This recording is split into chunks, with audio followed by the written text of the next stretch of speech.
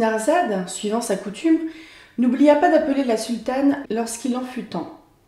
Scheherazade, sans lui répondre, commença un de ses beaux contes. Histoire des 3 calenders, fils de roi, et de 5 dames de Bagdad. Sire, dit-elle, en adressant la parole au sultan, sous le règne du calife Haroun al-Rachid, il y avait à Bagdad, où il faisait sa résidence, un porteur qui, malgré sa profession basse et pénible, ne laissait pas d'être homme d'esprit et de bonne humeur. Un matin qu'il était à son ordinaire avec un grand panier à jour près de lui, dans une place où il attendait que quelqu'un eût besoin de son ministère, une jeune dame de belle taille, couverte d'un grand voile de mousseline, l'aborda et lui dit d'un air gracieux « Écoutez, porteur, prenez votre panier et suivez-moi. » Le porteur, enchanté de ce peu de paroles prononcées si agréablement, prit aussitôt son panier, le mit sur sa tête et suivit la dame en disant « Ô jour heureux, ô jour de bonne rencontre !» D'abord, la dame s'arrêta devant une porte fermée et frappa. Un chrétien, vénérable par une longue barbe blanche, ouvrit, et elle lui mit de l'argent dans la main sans lui dire un seul mot. Mais le chrétien, qui savait ce qu'elle demandait, rentra, et peu de temps après apporta une grosse cruche d'un vin excellent.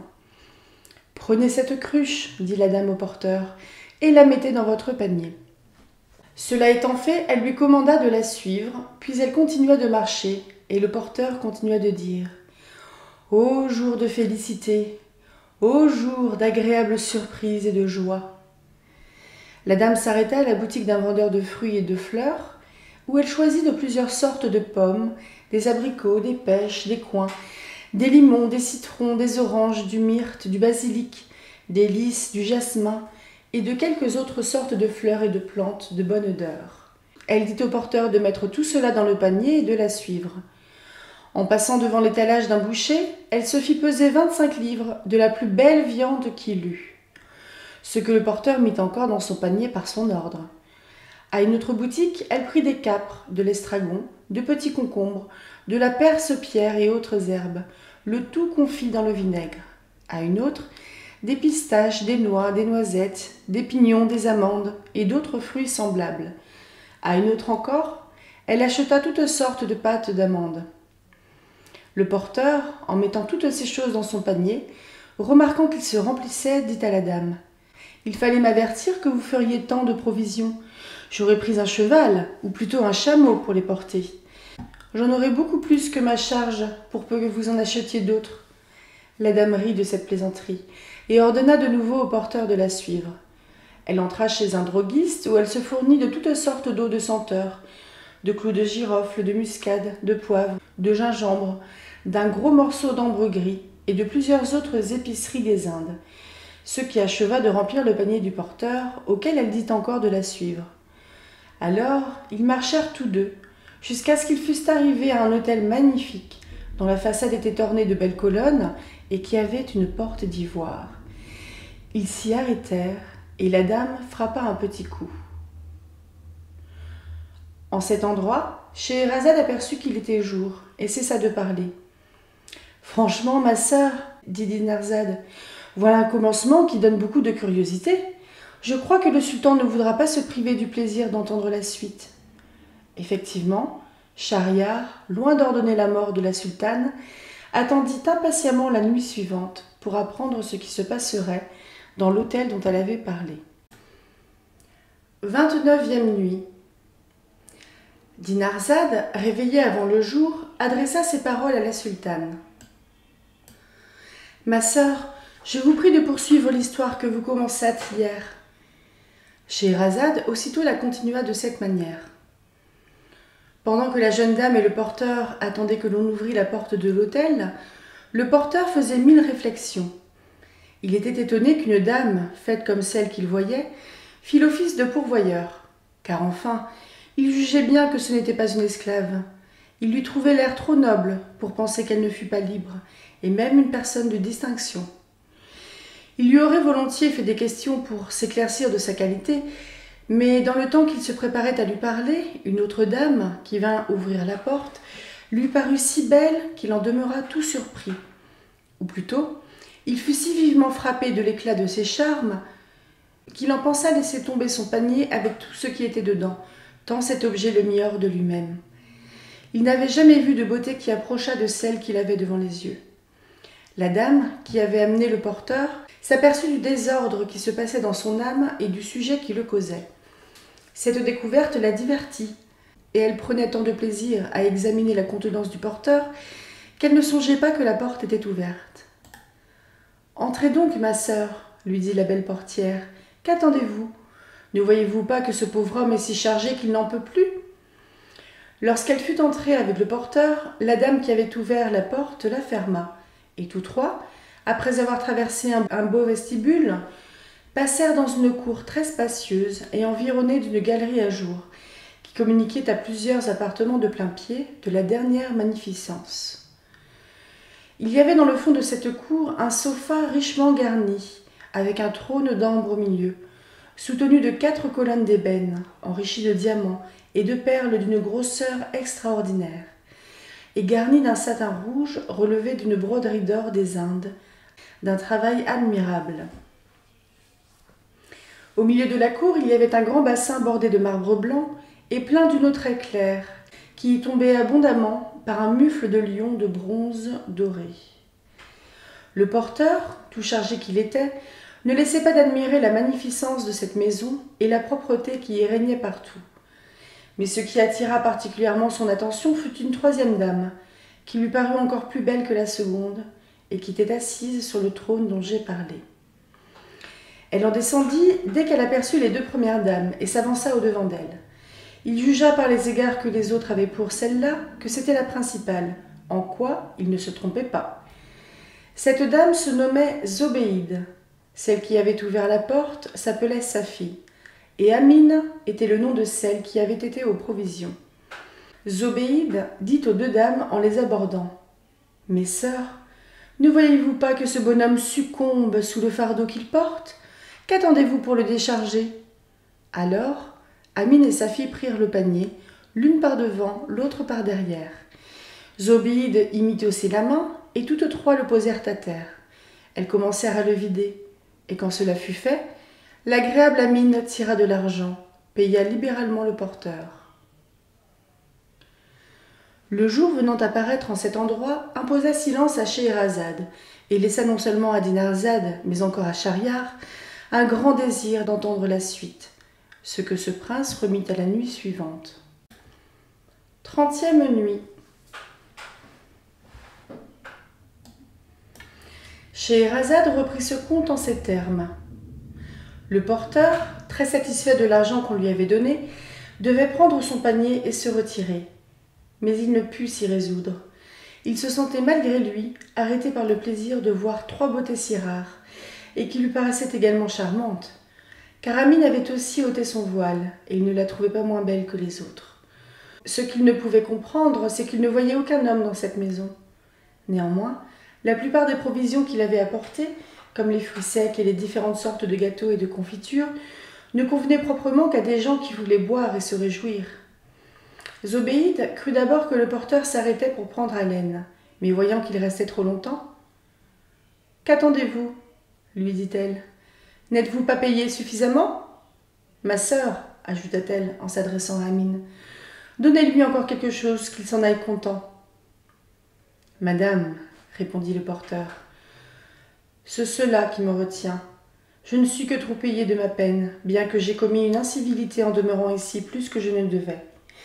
Mais j'espère que vous aurez la bonté de la pardonner, à l'étonnement où je suis de ne voir aucun homme avec 3 dames d'une beauté si peu commune. Une compagnie de femmes sans hommes est pourtant une chose aussi triste qu'une compagnie d'hommes sans femmes. » Il ajouta à ce discours plusieurs choses fort plaisantes pour prouver ce qu'il avançait. Il n'oublia pas de citer ce qu'on disait à Bagdad, qu'on n'est pas bien à table si l'on y est 4. Et enfin, il finit en concluant que, puisqu'elles étaient 3, elles avaient besoin d'un 4e. Les dames se prirent à rire du raisonnement du porteur. Après cela, Zobéide lui dit d'un air sérieux: « Mon ami, vous poussez un peu trop loin votre indiscrétion, mais quoique vous ne méritiez pas que j'entre dans aucun détail avec vous, Je veux bien toutefois vous dire que nous sommes 3 sœurs, qui faisons si secrètement nos affaires que personne n'en sait rien. Nous avons un trop grand sujet de craindre d'en faire part à des indiscrets, et un bon auteur que nous avons lu dit « Garde ton secret et ne le révèle à personne. Qui le révèle n'en est plus maître. Si ton sein ne peut contenir ton secret, comment le sein de celui à qui tu l'auras confié pourra-t-il le contenir ?» « Mesdames, répondit le porteur, à votre air seulement, j'ai jugé que vous étiez des personnes d'un mérite très rare, et je vois que je ne me suis pas trompée. Quoique la fortune ne m'ait pas donné assez de biens pour m'élever à une profession au-dessus de la mienne, je n'ai pas laissé de cultiver mon esprit autant que je l'ai pu, par la lecture de livres de science et d'histoire, et vous me permettrez, s'il vous plaît, de vous dire que j'ai lu aussi dans un autre auteur une maxime que j'ai toujours heureusement pratiquée. Nous ne cachons notre secret, dit-il, qu'à des gens reconnus de tout le monde pour des indiscrets qui abuseraient de notre confiance. Mais nous ne faisons nulle difficulté de le découvrir aux sages, parce que nous sommes persuadés qu'ils sauront le garder. Le secret, chez moi, est dans une aussi grande sûreté que s'il était dans un cabinet dont la clé fut perdue et la porte bien scellée.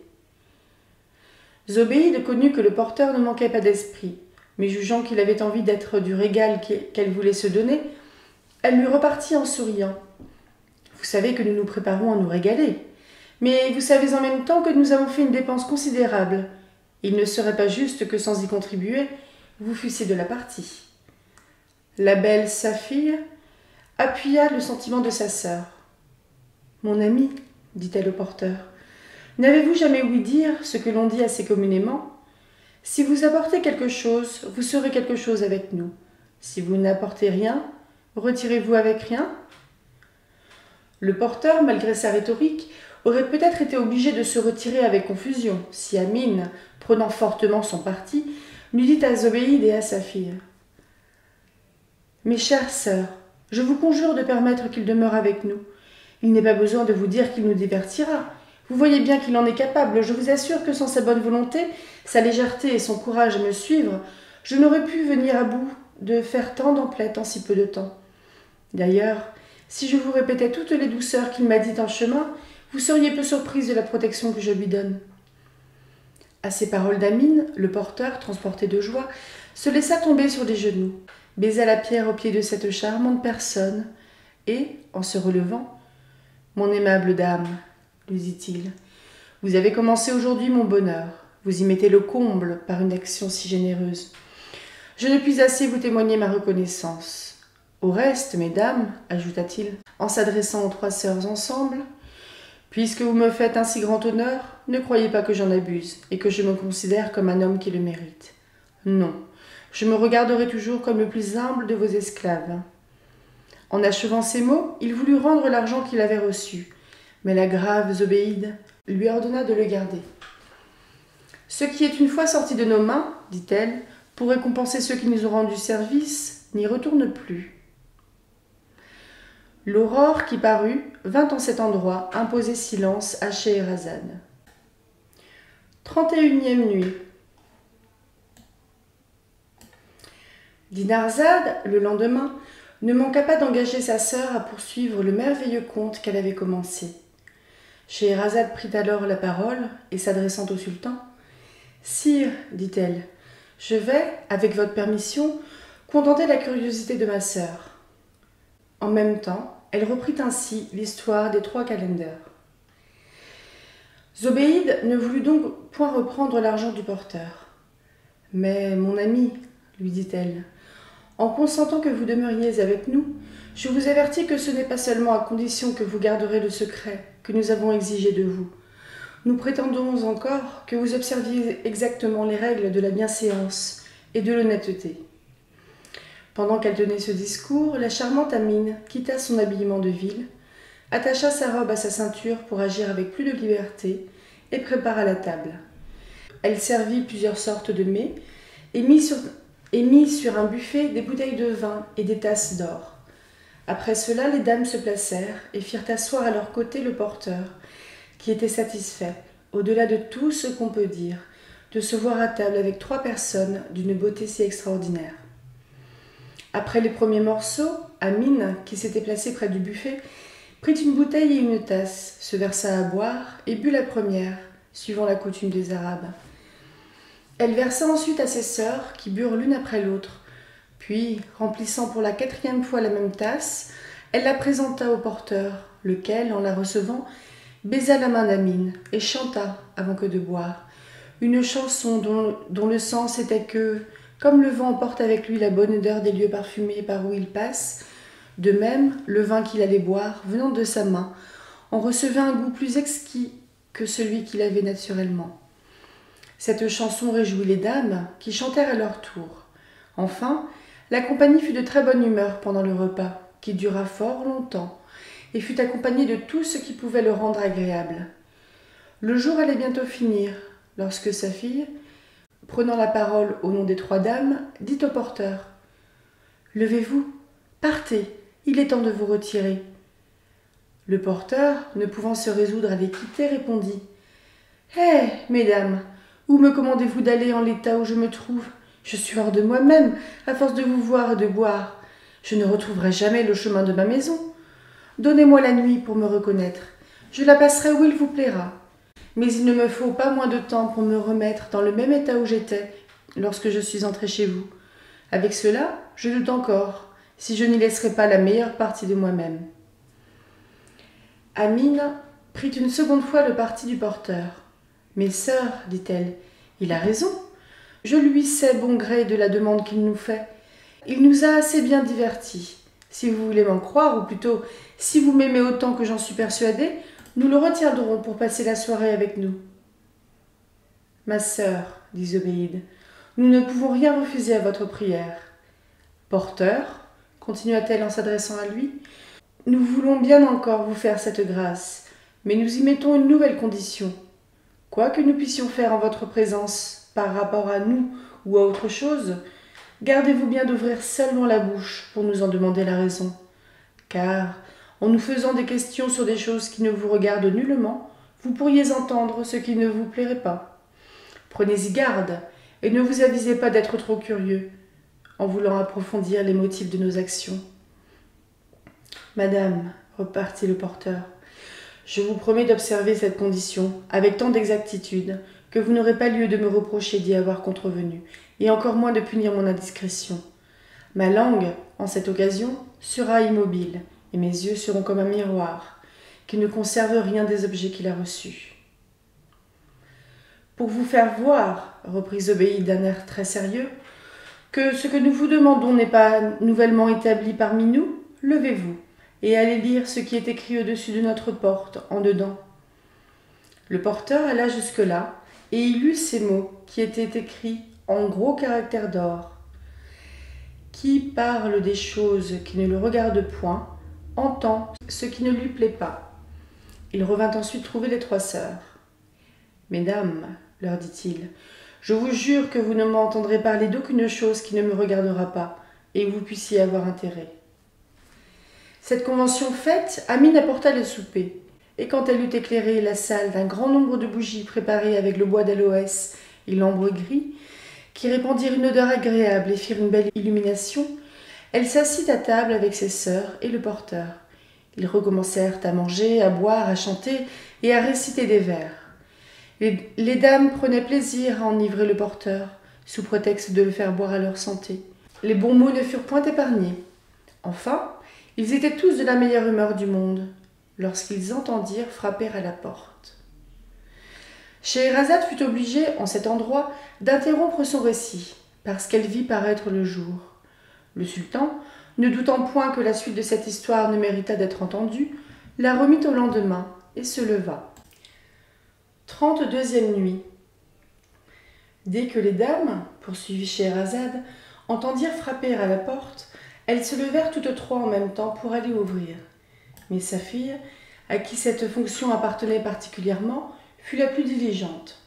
Les 2 autres, se voyant prévenues, demeurèrent et attendirent qu'elle vînt leur apprendre qui pouvait avoir affaire chez elle si tard. Sa fille revint.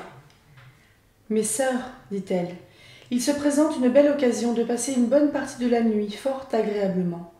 Et si vous êtes du même sentiment que moi, nous ne la laisserons point s'échapper.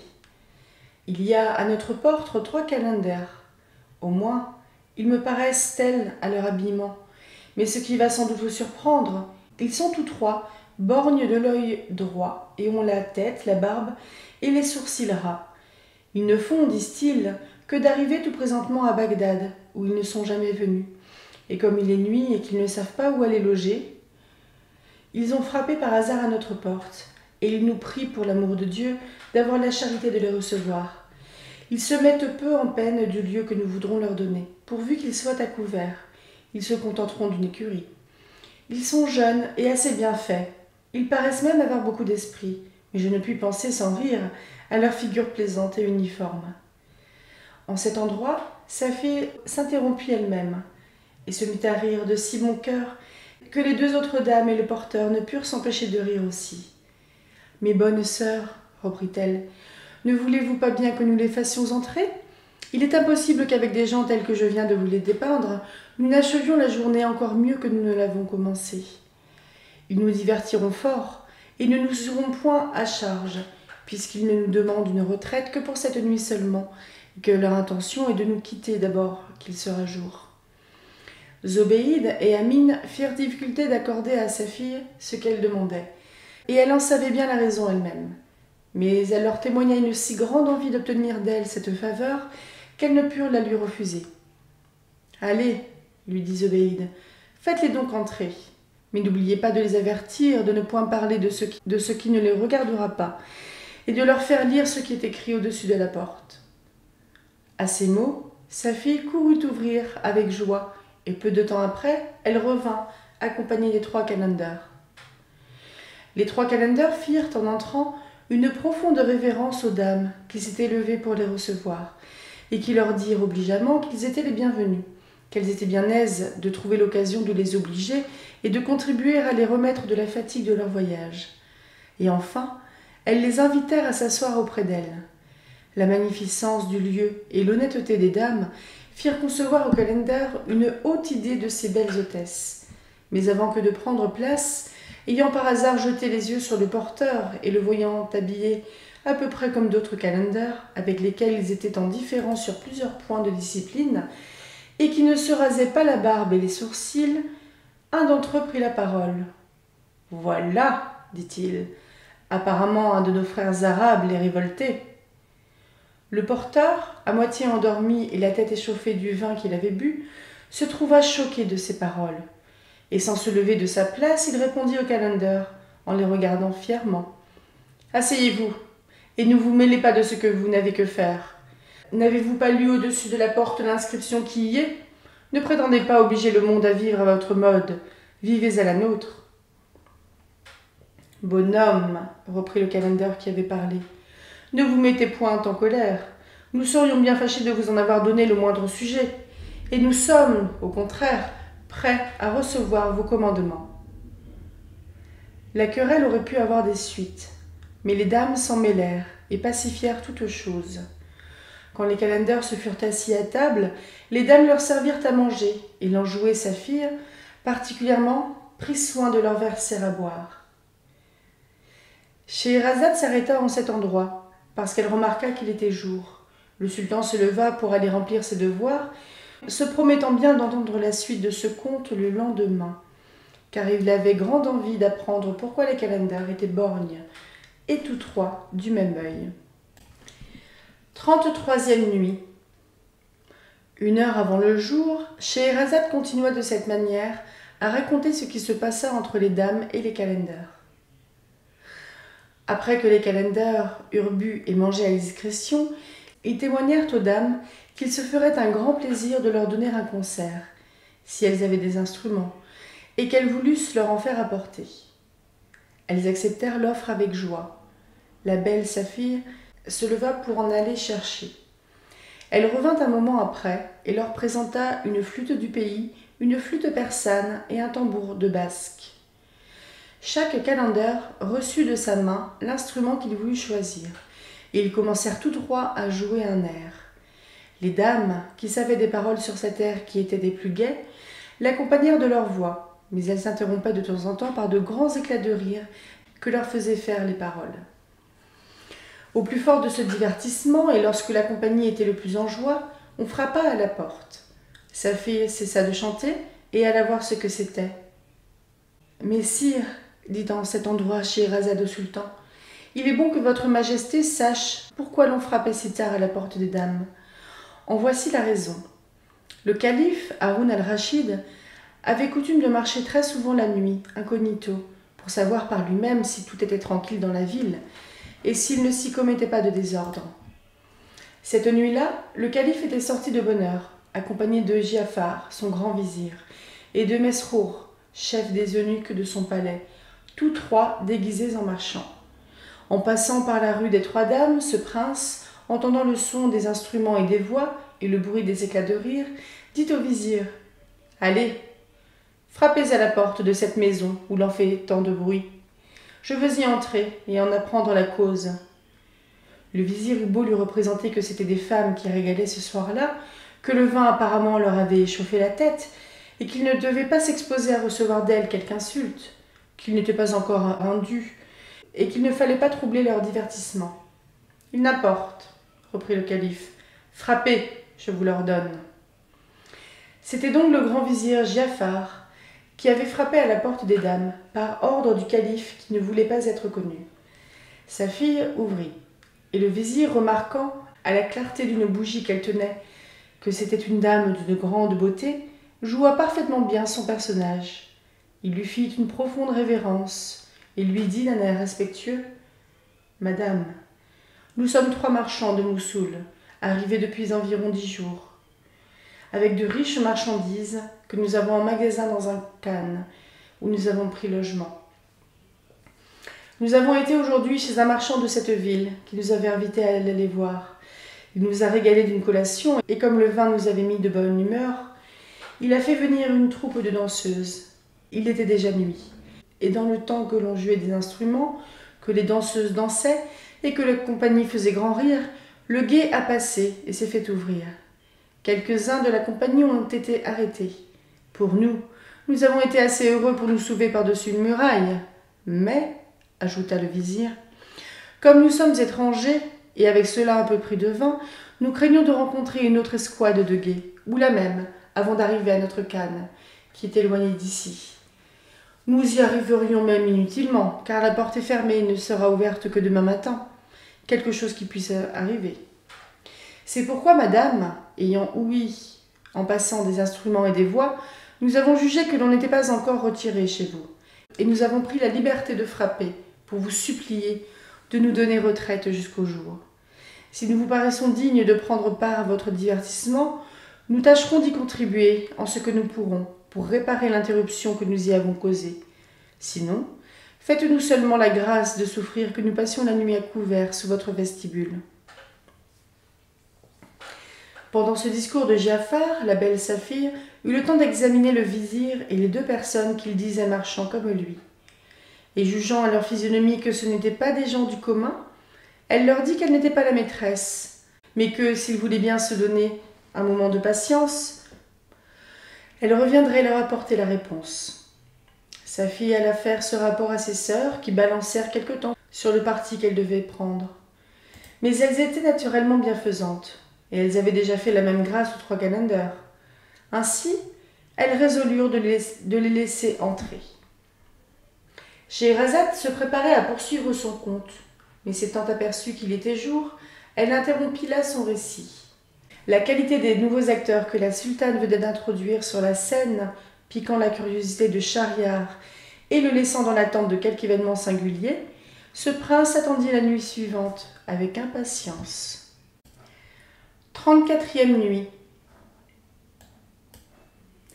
Le calife, son grand vizir et le chef de ses eunuques, dit la sultane, ayant été introduits par la belle Saphir, saluèrent les dames et les calenders avec beaucoup de civilité. Les dames les reçurent de même, les croyants marchands, et Zobéide, comme la principale, leur dit d'un air grave et sérieux qui lui convenait « Vous êtes les bienvenus, mais avant toute chose, ne trouvez pas mauvais que nous vous demandions une grâce. »« Hé, quelle grâce, madame ?» répondit le vizir. « Peut-on refuser quelque chose à de si belles dames ?»« C'est, reprit Zobéide, de n'avoir que des yeux et point de langue, de ne nous pas faire de questions sur quoi que vous puissiez voir, pour en apprendre la cause, et de ne point parler de ce qui ne vous regarde pas, de crainte que vous n'entendiez ce qui ne vous serait point agréable. Vous serez obéie, madame, reprit le vizir. Nous ne sommes ni censeurs, ni curieux indiscrets. C'est bien assez que nous ayons attention à ce qui nous regarde, sans nous mêler de ce qui ne nous regarde pas. À ces mots, chacun s'assit. La conversation se lia, et l'on recommença à boire, en faveur des nouveaux venus. Pendant que le vizir Giafar entretenait les dames, le calife ne pouvait cesser d'admirer leur beauté extraordinaire, leur bonne grâce, leur humeur enjouée et leur esprit. D'un autre côté, rien ne lui paraissait plus surprenant que les calenders, tous trois borgnes de l'œil droit. Il se serait volontiers informé de cette singularité, mais la condition qu'on venait d'imposer à lui et à sa compagnie l'empêcha d'en parler. Après cela, quand il faisait réflexion à la richesse des meubles, à leur arrangement bien entendu, et à la propreté de cette maison, il ne pouvait se persuader qu'il n'y eût pas de l'enchantement. L'entretien étant tombé sur les divertissements et les différentes manières de se réjouir, les calenders se levèrent et exécutèrent à leur mode une danse, qui augmenta la bonne opinion que les dames avaient déjà conçue d'eux, et qui leur attira l'estime du calife et de sa compagnie. Quand les trois calenders eurent achevé leur danse, Zobéide se leva et prenant Amine par la main, « Ma sœur, lui dit-elle, levez-vous. La compagnie ne trouvera pas mauvais que nous ne nous contraignions point, et leur présence n'empêchera pas que nous ne fassions ce que nous avons coutume de faire. » Amine, qui comprit ce que sa sœur voulait dire, se leva et emporta les plats, la table, les flacons, les tasses et les instruments dont les calenders avaient joué. Sa fille ne demeura pas à rien faire. Elle balaya la salle, mit à sa place tout ce qui était dérangé, moucha les bougies, et y appliqua d'autres bois d'aloès et d'autres ambre gris. Cela étant fait, elle pria les trois calenders de s'asseoir sur le sofa d'un côté, et le calife de l'autre avec sa compagnie. À l'égard du porteur, elle lui dit « Levez-vous, et vous préparez à nous prêter la main à ce que nous allons faire. Un homme tel que vous, qui est comme de la maison, ne doit pas demeurer dans l'inaction. » Le porteur avait un peu cuvé son vin. Il se leva promptement, et après avoir attaché le bas de sa robe à sa ceinture, « Me voilà prêt, dit-il. Que faut-il faire ?»« Cela va bien, répondit sa fille. Attendez que l'on vous parle. Vous ne serez pas longtemps les bras croisés. » Peu de temps après, on vit paraître Amine avec un siège qu'elle porta au milieu de la salle. Elle alla ensuite à la porte d'un cabinet, et l'ayant ouverte, elle fit signe au porteur de s'approcher. « Venez, lui dit-elle, et m'aidez. » Il obéit, et y étant entré avec elle, il en sortit un moment après, suivi de 2 chiennes noires, dont chacune avait un collier attaché à une chaîne qu'il tenait, et qui paraissait avoir été maltraitée à coups de fouet. Il s'avança avec elle au milieu de la salle. Alors Zobéide, qui s'était assise entre les calenders et le calife, se leva et marcha gravement jusqu'où était le porteur. « Ça, dit-elle en poussant un grand soupir, faisons notre devoir. » Elle se retroussa les bras jusqu'au coude, et après avoir pris un fouet que sa fille lui présenta, « Porteur, dit-elle, remettez une de ces 2 chiennes à ma sœur Amine, et approchez-vous de l'autre avec l'autre, et approchez-vous de moi avec l'autre. » Le porteur fit ce qu'on lui commandait, et quand il se fut approché de Zobéide, la chienne qu'il tenait commença à faire des cris, et se tourna vers Zobéide en levant la tête d'une manière suppliante. Mais Zobéide, sans avoir égard à la triste contenance de la chienne qui faisait pitié, ni à ses cris qui remplissaient toute la maison, lui donna des coups de fouet à perte d'haleine. Et lorsqu'elle n'eut plus la force de lui en donner davantage, elle jeta le fouet par terre. Puis, prenant la chaîne de la main du porteur, elle leva la chienne par les pattes. Et mettant toutes 2 à se regarder d'un air triste et touchant, elles pleurèrent l'une et l'autre. Enfin, Zobéide tira son mouchoir, essuya les larmes de la chienne, la baisa, et remettant la chaîne au porteur, « Allez, lui dit-elle, ramenez-la où vous l'avez prise, et amenez-moi l'autre. » Le porteur amena la chienne fouettée au cabinet, et en revenant, il prit l'autre des mains d'Amine, et la présenter à Zobéide qui l'attendait.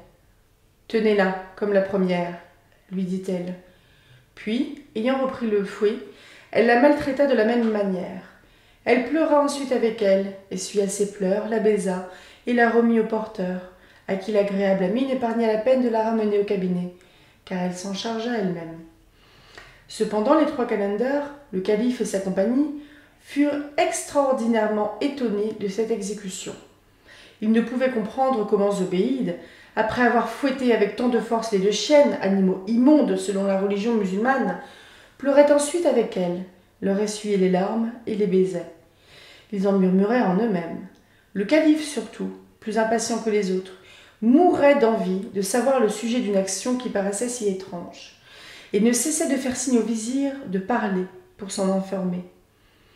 Mais le vizir tournait la tête d'un autre côté, jusqu'à ce que, pressé par des signes si souvent réitérés, il répondit par d'autres signes que ce n'était pas le temps de satisfaire sa curiosité. Zobéide demeura quelque temps à la même place au milieu de la salle, comme pour se remettre de la fatigue qu'elle venait de se donner, en fouettant les 2 chiennes. « Ma chère sœur, lui dit la belle Safie, ne vous plaît-il pas de retourner à votre place, afin qu'à mon tour je fasse aussi mon personnage ?»« Oui, répondit Zobéide. En disant cela, elle alla s'asseoir sur le sofa, ayant à sa droite le calife, Jafar et Mesrour, et à sa gauche les 3 calenders et le porteur. « Sire, dit en cet endroit Scheherazade, ce que votre majesté vient d'entendre doit sans doute lui paraître merveilleux, mais ce qui reste à raconter l'est encore bien davantage. Je suis persuadée que vous en conviendrez la nuit prochaine, si vous voulez bien me permettre de vous achever cette histoire. » Le sultan y consentit et se leva, parce qu'il était jour. 35e nuit. La sultane ne fut pas plus tôt éveillée qu'elle parla aussitôt de cette sorte, en adressant la parole au sultan. « Sire, après que Zobéide eut repris sa place, toute la compagnie garda quelque temps le silence. Enfin, sa fille, qui s'était assise sur le siège au milieu de la salle, dit à sa sœur Amine : « Ma chère sœur, levez-vous, je vous en conjure, vous comprenez bien ce que je veux dire. » Amine se leva et alla dans un autre cabinet que celui d'où les 2 chiennes avaient été amenées. Elle en revint, tenant un étui garni de satin jaune, relevé d'une riche broderie d'or et de soie verte. Elle s'approcha de sa fille et ouvrit l'étui, d'où elle tira un luth qu'elle lui présenta. Elle le prit, et après avoir mis quelque temps à l'accorder, elle commença à le toucher, et l'accompagnant de sa voix, elle chanta une chanson sur les tourments de l'absence, avec tant d'agrément que le calife et tous les autres en furent charmés. Lorsqu'elle eut achevé, comme elle avait chanté avec beaucoup de passion et d'action en même temps, « Tenez, ma sœur, dit-elle à l'agréable Amine, je n'en puis plus, et la voix me manque. Obligez la compagnie en jouant et en chantant à ma place. »« Très volontiers, répondit Amine, en s'approchant de sa fille, qui lui remit le luth entre les mains et lui céda sa place. Amine, ayant un peu préludé, pour voir si l'instrument était d'accord, joua et chanta presque aussi longtemps sur le même sujet, mais avec tant de véhémence, et elle était si touchée, ou, pour mieux dire, si pénétrée du sens des paroles qu'elle chantait, que les forces lui manquèrent en achevant. Zobéide voulut lui marquer sa satisfaction. « Ma sœur, dit-elle, vous avez fait des merveilles, on voit bien que vous sentez le mal que vous exprimez si vivement. » Amine n'eut pas le temps de répondre à cette honnêteté. Elle se sentit le cœur si pressé en ce moment qu'elle ne songea qu'à se donner de l'air, en laissant voir à toute la compagnie une gorge et un sein, non pas blanc, tel qu'une dame comme Amine devait l'avoir, mais tout meurtri de cicatrices, ce qui fit une espèce d'horreur au spectateur. Néanmoins, cela ne lui donna pas de soulagement et ne l'empêcha pas de s'évanouir. « Mais sire, dit Scheherazade, je ne m'aperçois pas que voilà le jour. » À ces mots, elle cessa de parler et le sultan se leva. 36e nuit. Dinarzade, suivant sa coutume, supplia sa sœur de continuer l'histoire des dames et des calenders. Scheherazade la reprit ainsi. Pendant que Zobéide et sa fille coururent au secours de leur sœur, un des calenders ne put s'empêcher de dire : « Nous aurions mieux aimé coucher à l'air que d'entrer ici, si nous avions cru y voir de pareils spectacles. Le calife, qui l'entendit, s'approcha de lui et des autres calenders, et s'adressant à eux, « Que signifie tout ceci ?» dit-il. Celui qui venait de parler lui répondit, « Seigneur, nous ne le savons pas plus que vous. »« Quoi ?» reprit le calife. « Vous n'êtes pas de la maison ? Vous ne pouvez rien nous apprendre de ces deux chiennes noires et de cette dame évanouie et si indignement maltraitée ?»« Hé, Seigneur !» reprirent les calenders. « De notre vie, nous ne sommes venus en cette maison, et nous n'y sommes entrés que quelques moments avant vous. » Cela augmenta l'étonnement du calife. « Peut-être, répliqua-t-il, que cet homme qui est avec vous en sait quelque chose. » L'un des calenders fit signe au porteur de s'approcher et lui demanda s'il ne savait pas pourquoi les chiennes noires avaient été fouettées et pourquoi le sein d'Amine paraissait meurtri. « Seigneur, reprit le porteur, je puis jurer par le grand Dieu vivant que si vous ne savez rien de tout cela, nous n'en savons pas plus les uns que les autres. Il est bien vrai que je suis de cette ville, mais je ne suis jamais entré qu'aujourd'hui dans cette maison. Et si vous êtes surpris de m'y voir, je ne le suis pas moins de m'y trouver en votre compagnie. Ce qui redouble ma surprise, ajouta-t-il, c'est de ne voir ici aucun homme avec ces dames. » Le calife, sa compagnie et les calenders avaient cru que le porteur était du logis et qu'il pourrait les informer de ce qu'ils désiraient savoir. Le calife, résolu de satisfaire sa curiosité à quelque prix que ce fût, dit aux autres, « Écoutez, puisque nous voilà 7 hommes et que nous n'avons affaire qu'à 3 dames, obligeons-les à nous donner les éclaircissements que nous souhaitons. Si elles refusent de nous les donner de bon gré, nous sommes en état de les y contraindre. » Le grand vizir Giafar s'opposa à cet avis et en fit voir les conséquences au calife, sans toutefois faire connaître ce prince au calender. Et lui adressant la parole, comme s'il eût été marchand, « Seigneur, dit-il, considérez, je vous prie, que nous avons notre réputation à conserver. Vous savez à quelles conditions ces dames ont bien voulu nous recevoir chez elles. Nous l'avons accepté. Que dirait-on de nous si nous y contrevenions ? Nous serions encore plus blâmables s'il nous arrivait quelque malheur. Il n'y a pas d'apparence qu'elles aient exigé de nous cette promesse, sans être en état de nous faire repentir si nous ne la tenons pas. » En cet endroit, le vizir tira le calife à part, et lui parlant tout bas, « Seigneur, poursuivit-il, la nuit ne durera pas encore longtemps. Que votre majesté se donne un peu de patience. Je viendrai prendre ces dames demain matin, je les amènerai devant votre trône, et vous apprendrez d'elles tout ce que vous voulez savoir. » Quoique ce conseil fût très judicieux, le calife le rejeta, imposa silence au vizir, en lui disant qu'il ne pouvait attendre si longtemps, et qu'il prétendait avoir à l'heure même l'éclaircissement qu'il désirait. Il ne s'agissait plus que de savoir qui porterait la parole. Le calife tâcha d'engager les calenders à parler les premiers, mais ils s'en excusèrent. À la fin, ils convinrent tous ensemble que ce serait le porteur. Ils se préparaient à faire la question fatale lorsque Zobéide, après avoir secouru Amine, qui était revenue de son évanouissement, s'approcha d'eux.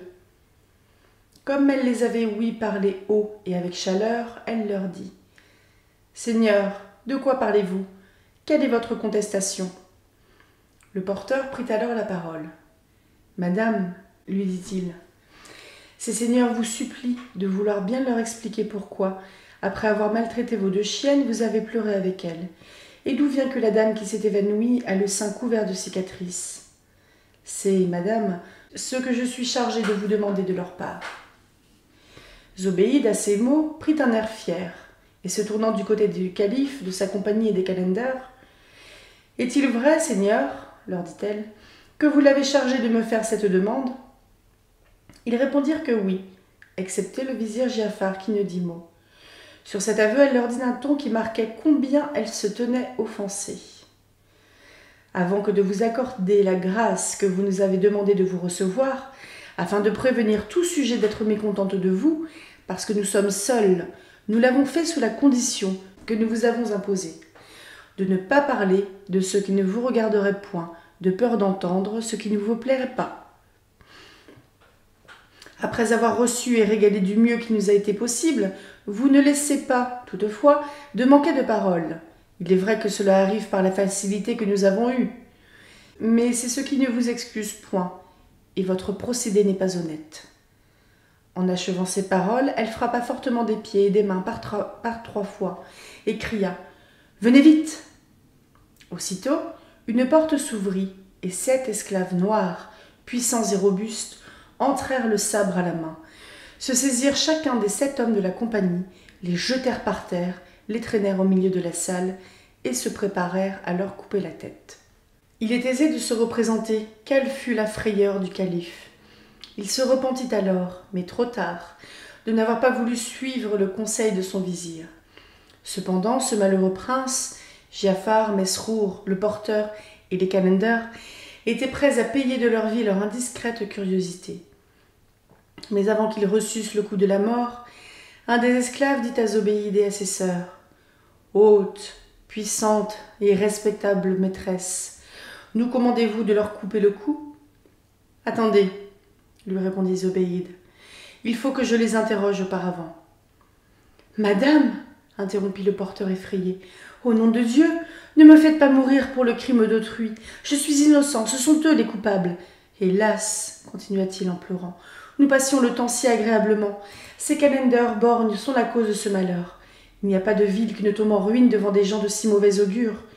Madame, je vous supplie de ne pas confondre le premier avec le dernier. Songez qu'il est plus beau de pardonner à un misérable comme moi, dépourvu de tout secours, que de l'accabler de votre pouvoir et de le sacrifier à votre ressentiment. » Zobéide, malgré sa colère, ne put s'empêcher de rire en elle-même des lamentations du porteur. Mais sans s'arrêter à lui, elle adressa la parole aux autres une seconde fois. « Répondez-moi, dit-elle, et m'apprenez qui vous êtes. Autrement, vous n'avez plus qu'un moment à vivre. Je ne puis croire que vous soyez d'honnêtes gens, ni des personnes d'autorité ou de distinction dans votre pays, quel qu'il puisse être. Si cela était, vous auriez eu plus de retenue et plus d'égard pour nous. » Le calife, impatient de son naturel, souffrait infiniment plus que les autres de voir que sa vie dépendait du commandement d'une dame offensée et justement irritée. Mais il commença à concevoir quelque espérance quand il vit qu'elle voulait savoir qui ils étaient tous, car il s'imagina qu'elle ne lui ferait pas ôter la vie lorsqu'elle serait informée de son rang. C'est pourquoi il dit tout bas au vizir qui était près de lui de déclarer promptement qui il était. Mais le vizir, prudent et sage, désirait sauver l'honneur de son maître, et ne voulant pas rendre public le grand affront qu'il s'était attiré lui-même, il répondit seulement « Nous n'avons que ce que nous méritons. » Mais quand, pour obéir au calife, il aurait voulu parler, Zobéide ne lui en aurait pas donné le temps. Elle s'était déjà adressée aux calenders, et les voyant tous trois borgnes, elle leur demanda s'ils étaient frères. Un d'entre eux lui répondit pour les autres. « Non, madame, nous ne sommes pas frères par le sang.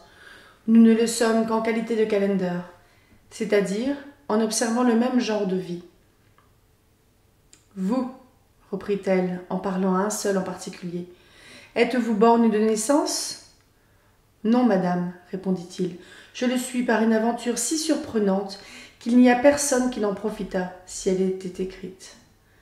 Après ce malheur, je me fis raser la barbe et les sourcils et me fis calender, en prenant l'habit que je porte. » Zobéide fit la même question aux 2 autres calenders qui lui firent la même réponse que le premier. Mais le dernier qui parla ajouta « Pour vous faire connaître, madame, que nous ne sommes pas des personnes du commun, et afin que vous ayez quelque considération pour nous, apprenez que nous sommes tous 3 fils de rois. Quoique nous ne nous soyons jamais vus que ce soir, nous avons eu toutefois le temps de nous faire connaître les uns aux autres pour ce que nous sommes. Et j'ose vous assurer que les rois de qui nous tenons le jour ont fait quelque bruit dans le monde. » À ce discours, Zobéide modéra son courroux et dit aux esclaves « Donnez-leur un peu de liberté, mais demeurez ici. Ceux qui nous raconteront leur histoire et le sujet qui les a amenés dans cette maison, ne leur faites point de mal, laissez-les aller où il leur plaira. Mais n'épargnez pas ceux qui refuseront de nous donner cette satisfaction. » À ces mots, Scheherazade se tut, et son silence, aussi bien que le jour qui paraissait, fit connaître à Schahriar qu'il était temps qu'il se levât. Ce prince sortit, résolu d'entendre le lendemain Scheherazade, parce qu'il souhaitait de savoir qui étaient les 3 calenders borgnes.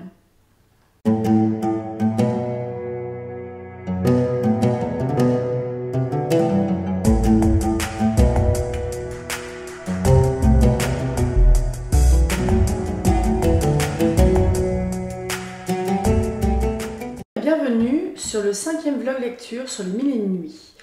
Donc là, j'ai fait la lecture de 8 nuits. Donc c'est un tout nouveau conte parce que le précédent a été clos. Ça fait bien une quinzaine, voire 3 semaines que j'ai enregistré les précédentes lectures, donc j'ai pas tout en tête encore.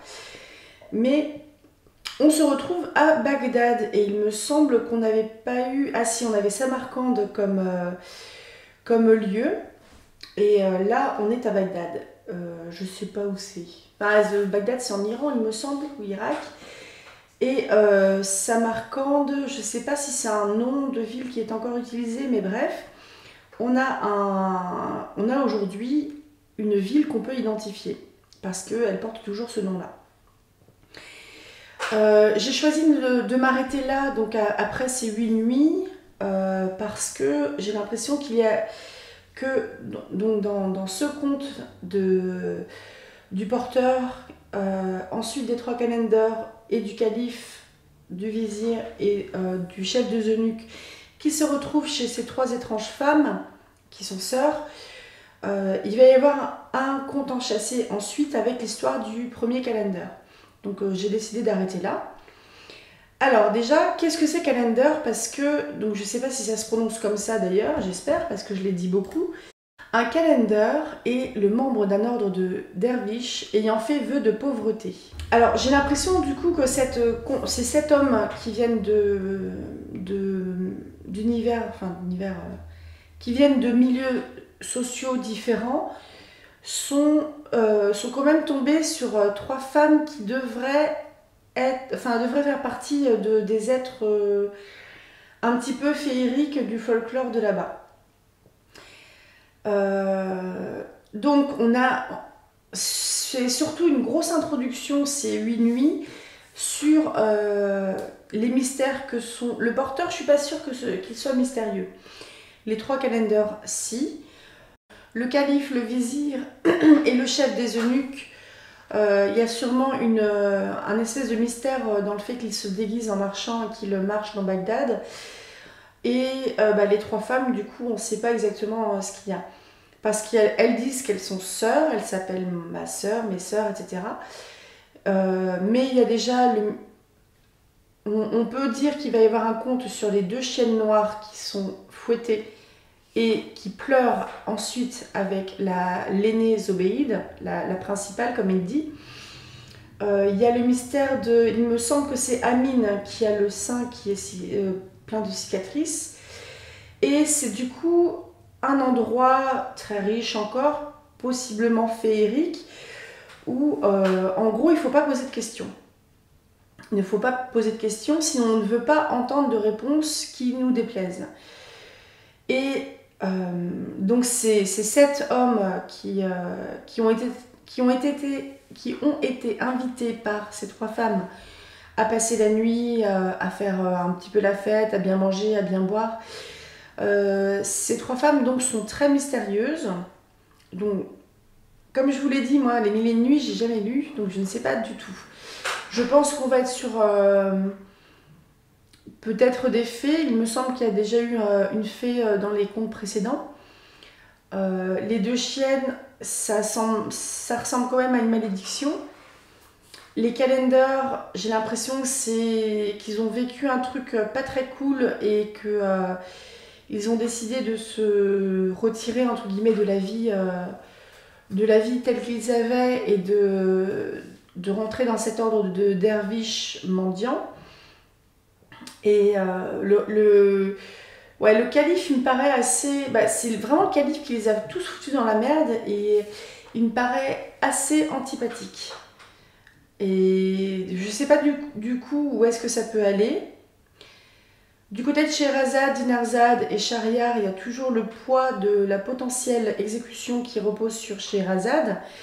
Même si vous vous souvenez bien, Shahryar, il y a quelques temps, il y a quelques nuits, s'était promis en fait de laisser un mois à Scheherazade pour entendre d'autres contes. Donc là, j'ai l'impression que, ça c'est une grosse introduction, il va y avoir un conte, donc, il va y avoir, je pense, pas mal de contes sur donc, les 3 femmes, les 2 chiennes noires, donc les 3 femmes ensemble ou séparément, et les 2 chiennes noires, ce qui est sûrement lié, mon chat, les calendars, donc si on a encore 3, je pense qu'on passe à 5, et le calife, le vizir et sa compagnie, et les raisons qui les mènent en fait à se promener dans Bagdad déguisés en marchands. Ça a été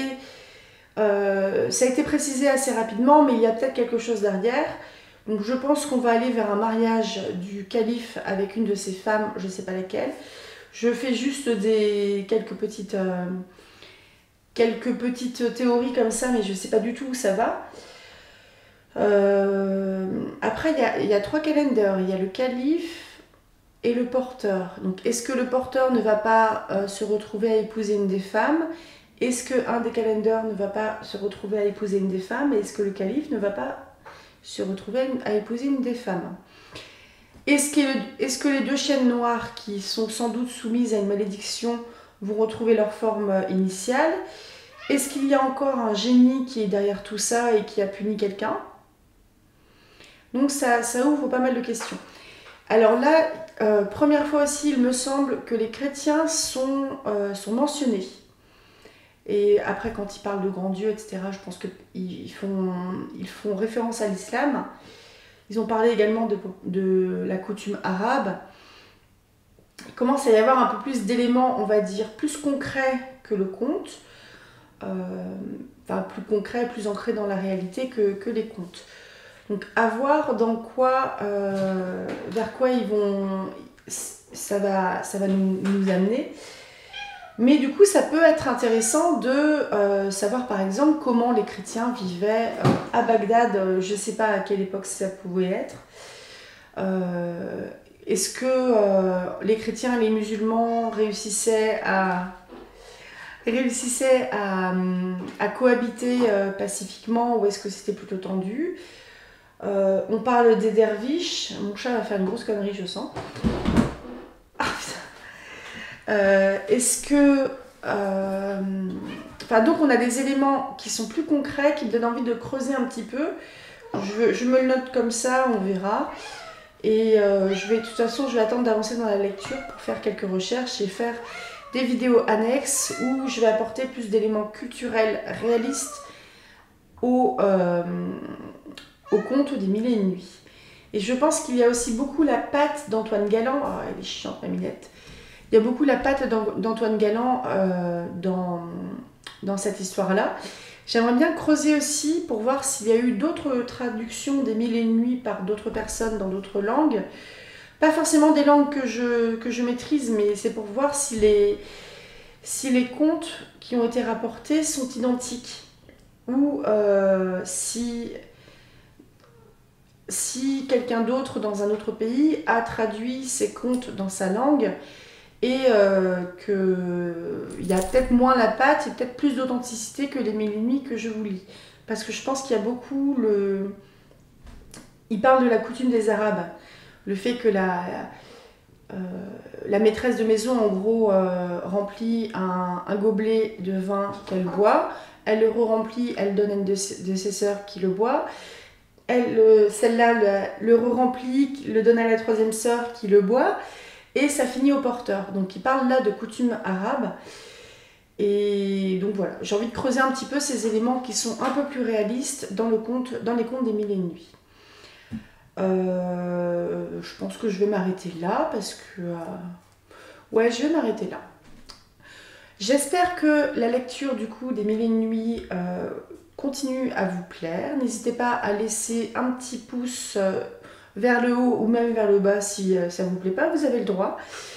N'hésitez pas à vous abonner à la chaîne pour être tenu au courant par notification de YouTube des mises à jour de la chaîne. j'ai réfléchi de toute manière, je pense que le samedi, ce sera les contes et le dimanche, ce sera les romans. Le mercredi, ça va être plus des trucs, des chroniques littéraires, des book hauls, des trucs comme ça. Donc j'ai un petit peu commencé à réfléchir à tout ça. On verra ce que ça va donner et n'hésitez pas à partager si ça vous plaît. Moi, ça me ferait énormément plaisir de pouvoir en fait partager un peu mes lectures, mes recherches avec le plus d'entre vous. Après, au niveau des recherches que je ferai, je nommerai les sources, etc. Mais je ne prétends jamais avoir raison, je précise. On sait jamais. Mais du coup, ça me donne envie. Enfin, franchement, les 1001 nuits, ça me dit bien. Et il y aura d'autres contes aussi. Là, il y a Anderson qui me pousse un petit peu du pied pour voir, pour que je le lise également. Et je m'intéresse en fait aussi beaucoup aux contes qui ont été adaptés. Donc, soit adaptés en dessin animé, film, série télé, etc. Donc, je pense notamment à Once Upon a Time, où il y a pas mal de personnages qui sont issus des 1001 nuits. Le génie notamment. Je suis pas très avancée dans la série, donc je vous dis juste ce que j'ai repéré, c'est Jafar et le génie. Je crois pas qu'il y avait d'autres. Enfin, il y a pas d'autres personnages qui me vient en tête au moment où j'en suis du visionnage. Mais donc, je m'intéresse à la manière dont les contes ont été adaptés, on va dire, sur un support vidéo, ou dont les contes ont été réécrits aussi en termes de peut-être un conte qui est un peu plus mis au goût du jour, toujours sous forme de conte ou de nouvelles, ou pourquoi pas sous forme de roman. Donc il y a eu par exemple, il y a tout ce qui est chez Disney avec les Villains et tout ça, et il y a eu les Twisted Tales, je ne crois pas que c'est le Disney, mais qui peuvent être intéressants aussi à creuser. Et puis après il y a énormément de... Enfin, il y a les contes et les mythes, les contes et la mythologie sont un réservoir énorme d'histoire et d'inspiration, et les gens, ils ont parfaitement raison d'aller puiser là-dedans. Donc j'ai envie de creuser un petit peu de ce côté-là aussi. Sur ce, je vais vous laisser parce que moi, il est tard, j'ai envie de faire autre chose. N'hésitez pas aussi, si vous voulez, me suggérer par exemple des livres qui ont été rédigés sur des contes. Un petit peu comme, je vais donner le premier exemple qui me vient en tête. L'Or Olympus a été adapté du mythe d'Hadès et de Perséphone. Donc l'Or Olympus, je le suis, là je suis quasiment à jour. Mais il y a aussi le livre Hadès et Perséphone, une série de livres qui, je ne sais plus de qui c'est, qui fait pas mal parler de lui ces temps-ci, que j'ai pas lu encore, pardon mon petit micro, que je n'ai pas lu encore, mais je vais sans doute le faire, même si je sais d'avance que c'est un livre qui ne m'est pas destiné, parce que c'est une réécriture qui est, je pense, beaucoup trop moderne, et il y a beaucoup de smut, donc de scènes sexuelles, on va dire, et ça a une bonne tendance à me gonfler quand une histoire se repose uniquement là-dessus. Donc voilà, je vous souhaite une bonne soirée, lisez tout plein, rêvez tout plein, et surtout rêvez grand, parce que ça fait du bien. À bientôt!